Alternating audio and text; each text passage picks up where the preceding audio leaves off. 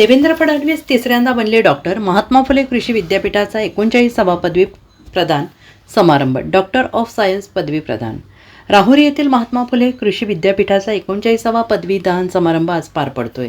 राज्यपाल जिष्णुदेव वर्मा, मुख्यमंत्री देवेंद्र फडणवीस, मुख्यमंत्री दत्ता भरणे, विधान परिषदेचे सभापती राम शिंदे, पालकमंत्री राधाकृष्ण विखे पाटील आदींची या कार्यक्रमासाठी उपस्थिती आहे.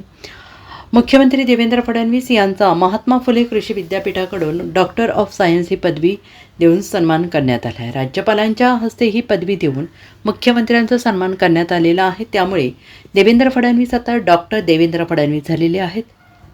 मला डॉक्टर ऑफ सायन्स पदवी प्रदान केली. कुलपती कुलगुरूंचे मी मनापासून आभार मानतो.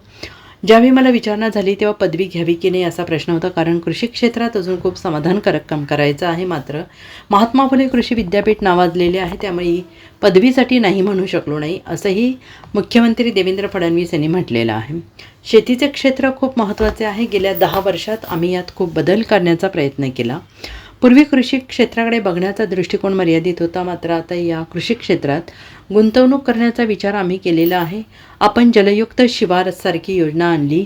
राज्यात पाणीपातळी वाढल्याचा केंद्र सरकारचा अहवाल आहे. शेतकऱ्यांना वॉटर सिक्युरिटीसह ऊर्जा सिक्युरिटी देणे गरजेचे आहे. त्यामुळेच आम्ही सोलर योजना आणली. या वर्षाच्या शेवटपर्यंत 14,000 मेगावॅट वीज तयार होईल. या घडीला 65 शेतकऱ्यांना दिवसा 12 तास वीज मिळते आहे, अशी माहिती मुख्यमंत्री फडणवीस यांनी दिली आहे. Bureau report, SBN Marathi, Mumbai.